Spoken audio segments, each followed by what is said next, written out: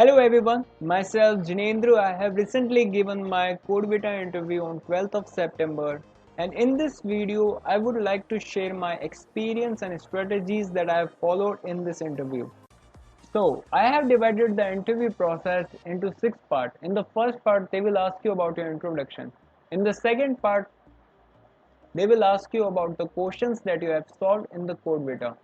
In the third part, they will ask you about the projects that is you have either mentioned in your resume or you are working on. In the fourth part, they will test your knowledge about new technologies and question about basics of subject.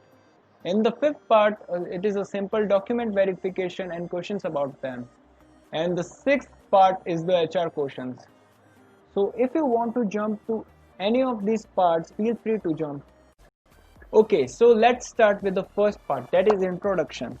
It is the most easy and important part of the interview, as it is a golden opportunity for you to make a mesmerizing impact on the interviewer, as your first impression is very important.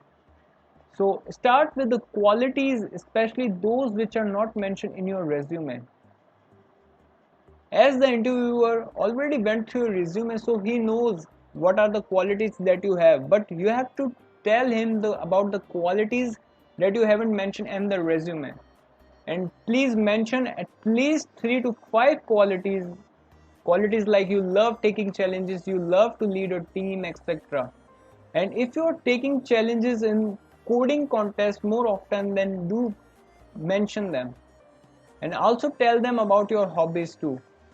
So if the interviewer asks, introduce yourself, so you should have to start like, sir, I think you already went through my resume, so let me tell you about something that is not in my resume. Then you start as follows. So in the second part, which is question solved in Codevita, in this part they will ask you about the questions that you have solved in Codevita. The main aim of this part is to check that the questions that are done by you or not. So please do check all the questions that you have done in the Codevita before the interview. Now they are gonna ask you any questions that you have solved in the Codevita. So you may proceed as follow. First, tell them about your approach through which you solved the questions. First, tell them about your approach. Then they will ask you that there is any better way to solve this question. Actually, they just want to know that you have analyzed the question or not. So after solving the question in the Codevita, you should have to watch a YouTube video on this question, that there is any better approach to solve this question or not. Because if there is any better approach in this question, then you could say yes, there is a better approach to solve this question. And then there is a follow-up question. If yes, then tell me what's the approach. So you can tell him that this approach solve this question in a better time complexity or in a better way. So this will increase your chances to get selected, as the interviewer will know that you have done analyzing part 2 on the question. So the third part is project presentation. In this they are going to ask you about your project, so you have to explain your project to them. For simplicity, I have divided the project into 3 steps. So first, give them a brief introduction about the project, what it is about, and the motivation for this project. So this is the first step. And the second step is tell them about how you implemented the project, and most important part, tell them about the challenges that you have faced during the implementation. So in this way they will get to know that you have made this project your own, it is not a copy paste project. So after the second part, after the presentation, they could ask you the question about the technologies that you have used, to know that you have a sufficient knowledge about this technology or not. And another important question arises is that what if you are gonna given a chance to redo this project or make some modification, then what would you add or what would you do? So answer this question, you have to find the loopholes in your project and see if you could make it better. In this way they will know that you have a deep understanding of your project. So be prepared yourself for this kind of question. So as we have discussed the first three part of the interview process, that is, first is introduction, second is the question that you have solved in Codevita, and the third is about the projects. Believe me, if you have nailed first three parts, then you have a very good chance of selecting in the interviews, because these three parts are in your hand. How you can explain and present yourself, because the rest of the three parts are uncertain, as they could ask any type of questions.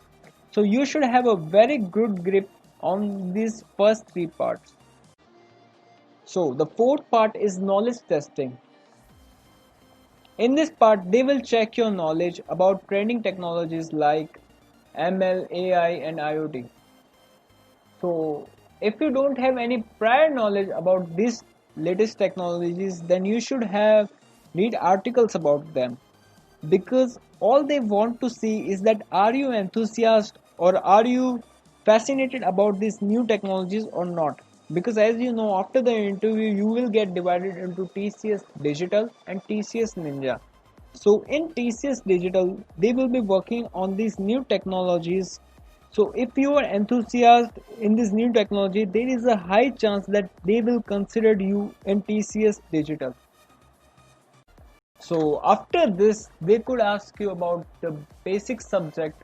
They could test your knowledge about the basic subjects like OOPS, DBMS, CN, or OS. So you should cram these subjects a day or two before the interview.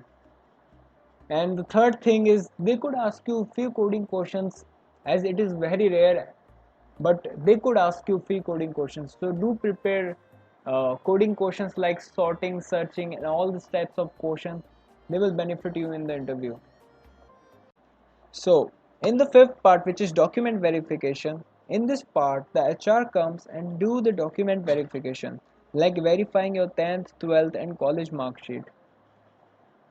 So they will verify your 10th, 12th, and college mark sheet. Question arises here, if you have a low GPA or if there is a gap year in your studies, then they will surely ask this type of questions. So you have to prepare these kind of question in a justified manner. Like you have a low GPA, so you could say that you don't take interest in those subjects which have only theory implementations, not practical implementations. Or if you have a gap year, then you should come up with a good reason. Like if you take a gap year for JE preparation and crack it with a decent rank, then it is a justifiable answer. Otherwise, you have to give them a solid reason of your gap year.